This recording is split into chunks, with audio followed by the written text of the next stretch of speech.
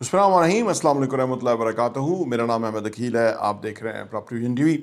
Real estate के काम में ना बड़े स्कैम्स हैं और हम पिछले 2 साल से तवत्तर के साथ 2 स्कैम्स का जिक्र कर रहे हैं। एक हम जिक्र कर रहे थे कि हाउसिंग सोसाइटियाँ जो सिर्फ फार्म बेचती हैं और वो ऑन ग्राउंड जो है ना वो लोगों को प्लॉट्स नहीं देती डेवलप करके, और बीच में जो डीलर पार्टियाँ हैं उनके बड़े पैसे बनते हैं और वो ये वावेला मचाते हैं कि जो उनके पास ज़मीन बहुत है उनके पास। वो ज़मीन पाकिस्तान के हर किसान के पास बहुत ज़्यादा है, लेकिन हर किसान जो है वो हाउसिंग सोसाइटी डिलीवर नहीं कर सकता। इसके अंदर पैसा लगता है, लिक्विडिट पैसा चाहिए जिससे आप काम शुरू करवा सकें। तो कुछ सोसाइटियां हैं जिन्होंने अरसा दराज हो गया, 10-10 साल हो गए उनको, 2-4 रोड और घोड़े की शक्ल के अलावा वहाँ कुछ नज़र नहीं आता, लेकिन जिन्होंने बेचा है उनको बहुत फ़ायदा हुआ, उन्होंने बहुत पैसा बनाया। तो सोसाइटी के पास पहुँचा या नहीं पहुँचा, लेकिन सोसाइटी वो डिलीवर नहीं कर सकी कि जो करना चाहिए था। तो ये बहुत बड़े स्कैम हैं जो कि हो रहे हैं, पहले बहुत हो रहे थे, आजकल कम है, लेकिन लोगों को क्योंकि बहुत लॉस हो गया तो लोगों का पैसा जो है वो मतलब गरीब आदमी का पैसा 4-5 लाख रुपए वाले का, उसको अगर आप ज़िबा करेंगे ना तो वो क्रिमिनल बनेगा, वो मायूस होगा मुल्क से, क्योंकि मुल्क में अदारे नहीं काम कर रहे और ये फार्म बेच रहे हैं। दूसरा स्कैम जो है वो जो बिल्डिंग बनाने वाले जो सूद पे रेंट पे करते थे, इधर एक कंपनी ट्रिपल ए है, वो बंदा जो है अभी वो था वैसे शेख, लेकिन वो किसी गलत काम में लग गया तो वो आजकल जेल में है। और वो सूद कोई 1 अरब के करीब जो है वो सूद के क्लेम है, अरबों रुपए के जो है वो क्लेम है। शाहिद अफरीदी बीच में इन्वॉल्व है, वो ब्रांड एम्बेसडर बना हुआ था। इस तरह से बहुत सारे मसाइल हैं। ये जो आम आदमी है, नुकसान तो आम आदमी का है क्योंकि इसमें कोई रियासती अदारा ज़िम्मेदार नहीं है, फ़ौज के लोग उसके मुलाजम थे। ये जो ट्रिपल ए वाला है तो वो तो बड़े एतमाद से मैं एक दफ़ा मुझे जाने का इत्तेफाक हुआ तो मुझे उस वक़्त ही थोड़ी सी मायूसी हुई थी कि यार लोग इनके पास फंस रहे हैं तो इनका प्रॉब्लम होगा, क्योंकि मैंने उनका मार्केट से पता लग गया था। अच्छा, ये एक अलग कहानी है कि 2 साल पहले ही लोगों को पता लगना शुरू हो जाता है कि ये जो है ना वो हंडिया चौराहे में फूटेगी, और वो फिर 2 साल के बाद जाके उसको मैनेज करते रहते हैं और फिर एक इतना बड़ा डिज़ास्टर होता है। पैसा ये किधर लेके चले जाते हैं, पैसा कहाँ जाता है, ये समझ से बाहर है। लेकिन ये जो तरीका इन्होंने शुरू किया होता है उसका जो है ना वो अंजाम बुरा होना होता है। तो ये अंजाम बुरा हुआ है। अब इस सूरत हाल में अगर हम इस सूरत हाल को और खरीदते रहें तो और बहुत सारी दिलचस्प बात हो सकती है और देखने वाले ज़्यादा सुनेंगे, क्योंकि नेगेटिव बात की ना बहुत ज़्यादा रीच है, हर कोई सुनना चाहता है, चस्के लगाना चाहता है उस पर ना। लेकिन हमारा जो चैनल है, जो प्रॉपर्टी विजन टीवी, जो आपके तावन से हम चला पा रहे हैं, उसमें हम नेगेटिव बातों को ज़्यादा हवा नहीं देते, हम पॉजिटिविटी की बातें करते हैं। आप यकीन कीजिए कि 2 साल से दबे लफ्ज़ों में हम इन्हीं लोगों को डिस्क्लोज़ कर रहे थे, लेकिन नाम नहीं ले रहे थे। अब जबकि सब लोगों को पता लग गया तो हमने भी नाम ले लिया। ऐसे और भी 2-4 लोग हैं कि जो इस वक्त अपने सर्वाइवल के लिए कोशिश कर रहे हैं। धंधा उनका भी यही गंदा था और लोग हायर कर लेते हैं उनको और लोग फिर इनको छोड़ के चले जाते हैं, लोगों को इनके पास फंसा के चले जाते हैं। तो वो बड़ा एक ख़राब है। देखिए, रियल एस्टेट जो है ना ये काम समझने का है, ये काम एतमाद साजी का है। अगर एतमाद आप क्रिएट करें तो वो बेहतर रास्ता है, बजाय कि आप बहुत बड़े बड़े प्रोमिसेस कर लें और उस प्रोमिसेस को आप पूरा ना कर सकें। जिस तरह ये हुआ है कि अरबों रुपया उन्होंने कमिटमेंट कर लिया लोगों के साथ, वो दे नहीं पाए। अब लोग जो है वो फिर उनके दर पे हो गए और वो उन्होंने जेल में पहुँचाया। वह खैर जेल में तो वो कंफर्टेबल ही रहते हैं, जो भी जेल में गया है वो वहाँ कंफर्टेबल रहा है। और बाहर के जो लोग हैं वो इस तरह के केसेस के अंदर जो हैं वो बाहर उनका पैसा गया, समझो कोई उसका सोल्यूशन नहीं है, कोई अदारा बीच में नहीं है। इसीलिए पाकिस्तान में जो रेरा है, रियल एस्टेट रेगुलेटरी अथॉरिटी, उसकी बहुत बड़ी रिक्वायरमेंट है।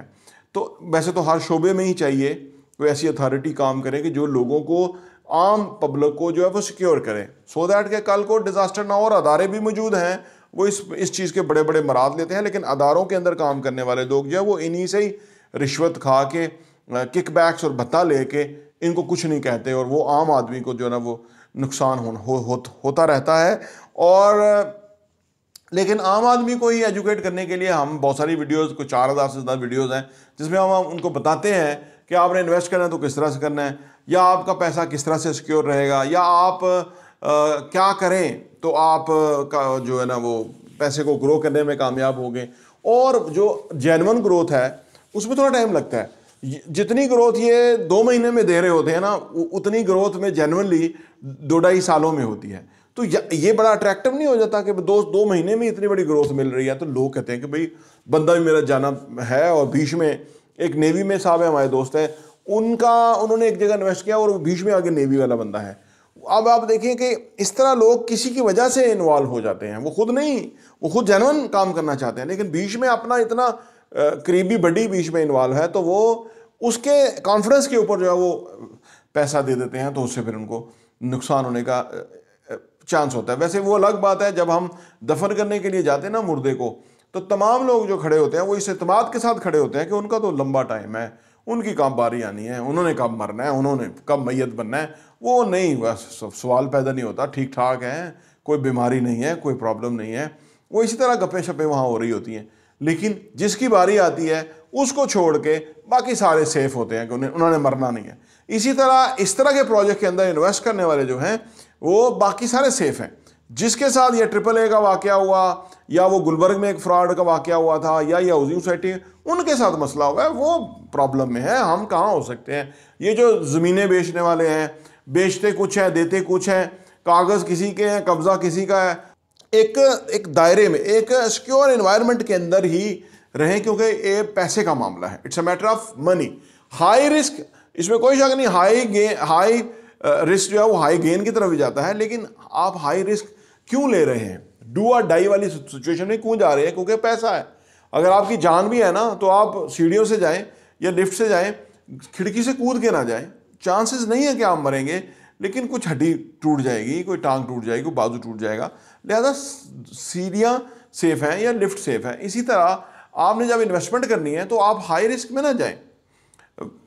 ठीक है, कुछ भी नहीं होगा, हो सकता है आपके पास ज़्यादा पैसा है, अगर 1 करोड़ चला भी गया तो कोई फर्क नहीं पड़ेगा। लेकिन आप क्या कर रहे हैं कि फ्रॉडियों को सपोर्ट कर रहे हैं। अच्छा, इसमें मैं शाहिद अफरीदी की बात करूं कि असल में ये जो लोग हैं ना क्रिकेटर्स, ये मैट्रिक पास होते हैं, एक्सपोजर इनका होता नहीं है, और जब ये खेल रहे होते हैं तो पैसा खूब मिल रहा होता है। आप देखिए ना, बाबर आजम जो है उसको तकरीबन महीने का 50 लाख के करीब तनख्वाह मिलती है PCB से।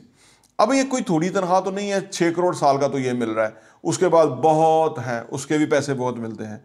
तो जब ये रिटायर्ड होते हैं तो फिर अंधे ही हो जाते हैं, फिर वो देखते ही नहीं कि यार ये जो सोसाइटी दिखा रहे हैं ये सारा फ्रॉड है और उसमें मैं शामिल हो रहा हूँ, और मुझे वो करीब चाहने वाले जो हैं वो मेरे नाम के ऊपर जो है इनके आप फ्रॉड करेंगे। यार ये वैसे इमरान खान पे ख़त्म है, उसने इस तरह के कोई काम नहीं किए, वो बड़ा ग्रेट बंदा है। ये सारे क्रिकेटर मिलाए ना, एक इमरान खान, इनकी सारों की खूबियाँ एक इमरान खान की खूबी के बराबर नहीं है, तमाम की। जितना वो वसीम अकरम को आप देख लें, जिस किसी का भी दाव लगा उसने भी जो है ना वो अपना आप बेचा है उल्टा सीधा, उससे लोगों ने फ्रॉड किए, लोगों ने फ़ायदे हासिल किए, और इनका जो है ना वो क्या फ़ायदा हुआ। तो शाहिद अफरीदी को भी मेरा ख्याल है अफसोस है उसके ऊपर कि भाई आप बेटियों वाले हो। लोगों ने अपने बेटियों के छोटे छोटे 2-2, 5-5 लाख रुपए का जो जेवर बनाना था वो तेरे नाम के ऊपर लोगों ने दे दिया। तो तुम्हें तो इस चीज़ का जिम्मेदार होना ही चाहिए। तो तुम इन चोरों, गुंडों, डाकुओं, बदमाशों के जो है ना वो फ्रंट मैन और ब्रांड एम्बेसडर बन जाते हो। ये अफसोस, दुख का मकाम है। मैं समझता हूँ ये अल्लाह इंसान को तौफीक दे तो उसको राज्य होगा, अदरवाइज इनको जहन्नम की आग जो है वो इनका राज्य होगा। कब्र की मिट्टी भी इनका जो है ना वो राज्य नहीं हो सकता, जो कि इन्होंने जिस तरह से जो कुछ लोगों को करा के दे दिया है। तो ये जो सारा खेल है, ये गंदा धंधा मैं इसको कहता हूँ।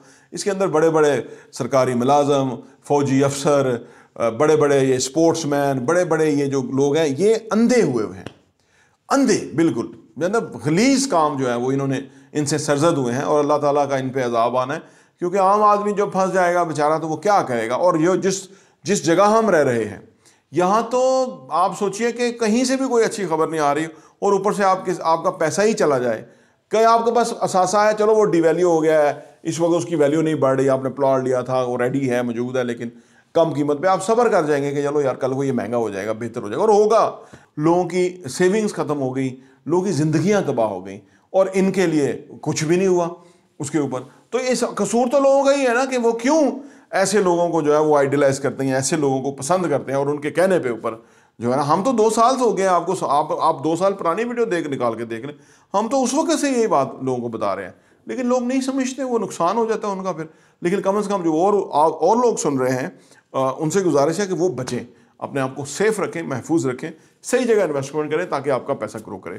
प्रॉपर्टी टीवी देखने का बहुत बहुत शुक्रिया।